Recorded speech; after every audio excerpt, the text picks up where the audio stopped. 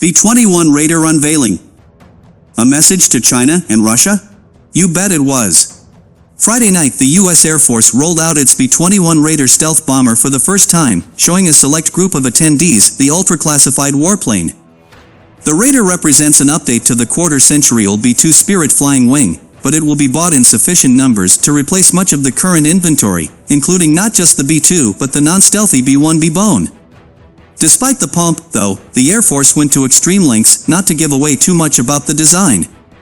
The B-21 is a B-2 lookalike, and yet the organizers forbade attendees to bring in cell phones or other cameras.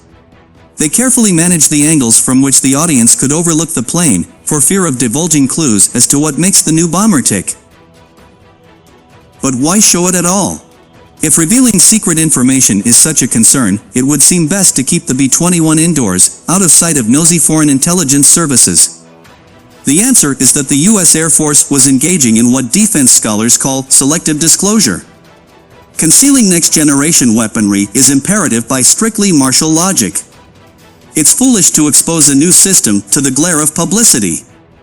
Yet there's strategic and political goodness in displaying armaments like the Raider during peacetime strategic competition. Selective disclosure puts important audiences, prospective foes as well as allies and friends on notice that the U.S. military has developed an imposing, perhaps war-winning new weapon system. The B-21 rollout was a venture in messaging and branding, and an important one. In peacetime competition, there are no battles for air supremacy or, in the case of the B-21, struggles to put ordnance on target on the Earth's surface. But it is possible to fight virtual battles in the minds of observers able to shape the competition's outcome. If influential observers believe a potential combatant would have won in wartime, it wins a peacetime showdown.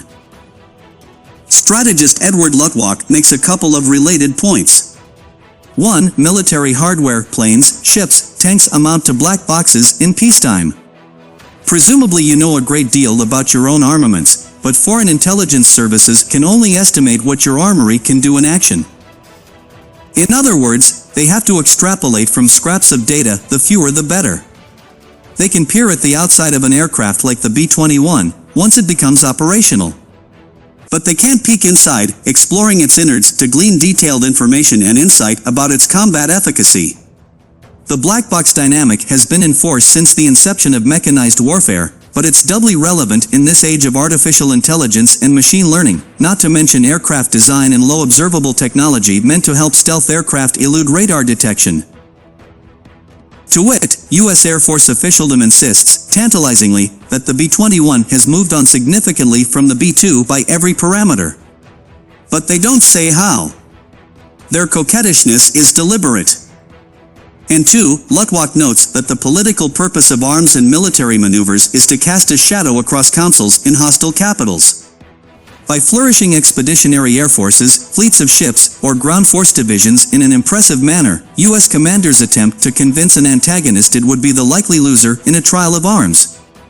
A rational antagonist would abjure a confrontation if persuaded it couldn't win. Deterrence would prevail. Or U.S. commanders can try to convince allies, partners, and friends of the same thing, showing that America is fully capable of honoring its commitments to their security. They will take heart if convinced. In short, the deeper and darker the shadow U.S. forces cast across Beijing, Moscow, and Tehran, the brighter the prospects of deterring or coercing them without actual resort to arms. And the stronger U.S. alliances will be. So, provided it's carefully choreographed, as U.S. Air Force magnates seem to have done, selective disclosure safeguards critical military secrets while yielding significant political gain in terms of deterrence, coercion, and reassurance. It balances martial necessity with political entrepreneurship.